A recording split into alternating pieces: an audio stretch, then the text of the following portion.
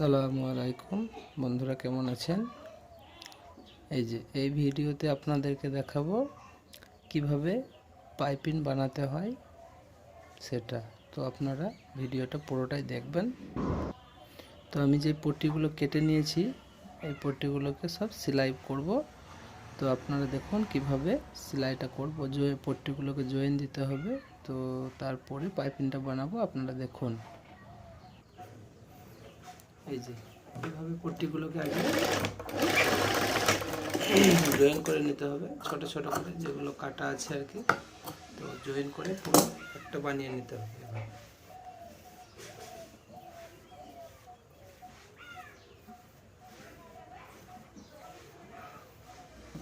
এভাবে। এই যে সব পট্টিগুলো আছে এখানে, এগুলো সব জয়েন করে নেব।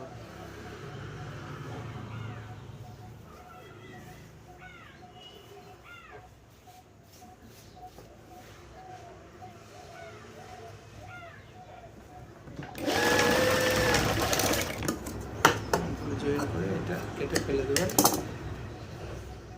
এভাবে সব পট্টিগুলো জয়েন করে নেব। এই যে পট্টিগুলো সব জয়েন করা হয়ে গেছে আমার। এবার আমি এগুলো এই সাইডে রেখে দেবো। এই যে তারপরে এই যে চাপটা লাগানো আছে, এটাকে চেঞ্জ করতে হবে। এটা হচ্ছে ডবল চাপ, তো আমাকে সিঙ্গেল চাপ লাগাতে হবে। এই যে এই সিঙ্গেল চাপটা লাগাতে হবে। এটা এই যে এই চাপটা,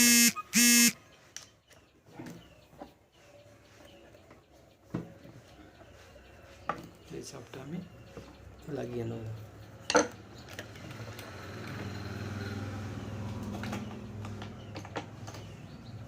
এই চাপটা একটা দেখাচ্ছি, এই চাপটা একটা এই সাইডের হয়।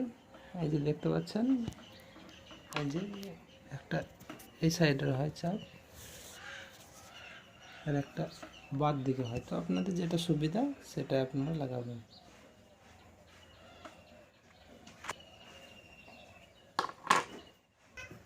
এই যে এটা দড়ি, এই যে এটা দড়ি, এটা হচ্ছে কাপড়, ওই পট্টিটা যেটা কেটেছি আমি।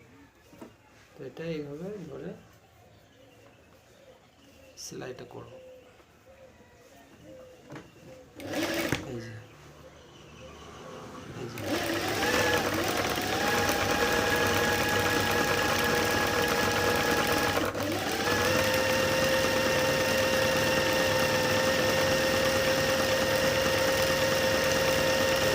সেলাইটা হয়ে যাবে।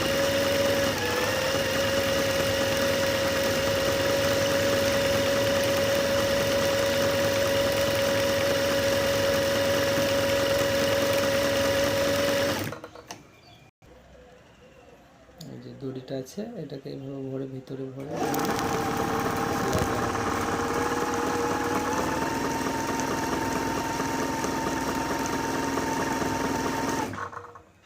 তো আপনারা দেখলেন কিভাবে পাইপিংটা বানাতে হয়। তো এর পরের ভিডিওতে আপনাদেরকে পাইপিংটা কিভাবে কাপড়ে লাগাতে হয়, আপনি ডিজাইনটা যেভাবে দেবেন, কিভাবে বানাতে হয় সেটা আপনাদেরকে পরের ভিডিওতে দেখাবো ইনশাল্লাহ।